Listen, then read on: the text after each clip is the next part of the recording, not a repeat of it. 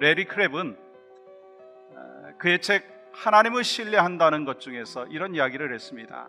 하나님께서 약속하지 아니하였음에도 불구하고 내가 원하고 내가 바라고 내가 소망하고 내가 믿음으로 기도하면 하나님께서 이루어 주실 것이다, 그렇게 생각하며 살아간다라고 하는 거예요.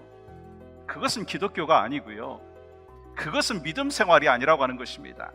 그렇다면 우리가 믿음으로 살아간다라고 하는 것이 무엇이냐라고 하는 것입니다. 먼저 겸손의 삶이라고 하는 것입니다. 그 당시에 유다의 18대 왕이었던 여호야김 왕은요, 악할 대로 악한 왕이었습니다. 보라, 그의 마음은 교만하며 그 속에서 정직하지 못하나 의인은 그의 믿음으로 말미암아 살리라. 바벨론과 대조되는 의인의 삶은 무엇인가? 믿음으로 산다는 것인데 그것이 바로 겸손이다 라고 말씀하고 있어요. 교만은요, 자기가 하나님이 되어서 살아가는 거예요. 자기가 주인 되어서 살아가는 것입니다. 자신의 뜻만을 주장하기 때문에 하나님의 대적자가 되는 것이고 하나님의 회방자가 되는 것이고, 그래서 하나님 앞에 기쁨을 올려드리지 못한다는 것이죠. 그러므로 교만의 반대는요, 믿음으로 살아가는 것입니다. 믿음이 좋은 사람은 어떤 모습으로 나타나나요? 겸손한 모습으로 나타난다는 거예요.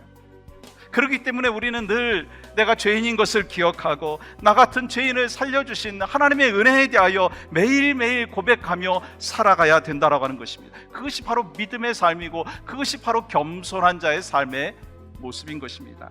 두 번째로 여러분, 믿음으로 산다는 것은요, 자족하는 삶이라는 거예요. 악에는 끊임없이 욕심이 있다는 거예요. 탐욕을 채우느라고 쉴 날이 없다는 거예요. 그러면서 감사하지 못하고 조금만 더 탐심을 채우지 말고 주님의 마음을 채워라. 주님을 왕으로 모셔야 된다라고 하는 거예요. 왜냐하면 탐심을 채우게 된다면 우리는 계속해서 죄를 낳게 되지만 주님을 채운다면 우리는요, 참된 하나님이 주시는 샬롬, 평강을 경험하기 때문인 것입니다.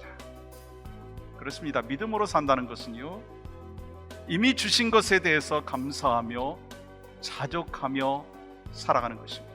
또 한 가지는요, 믿음으로 산다는 것은요, 속지 않는 삶이라고 하는 거예요. 교만한 마음으로 살아가고 욕심을 내면서 살아가는 것이 이유가 뭐냐라고 하는 것입니다.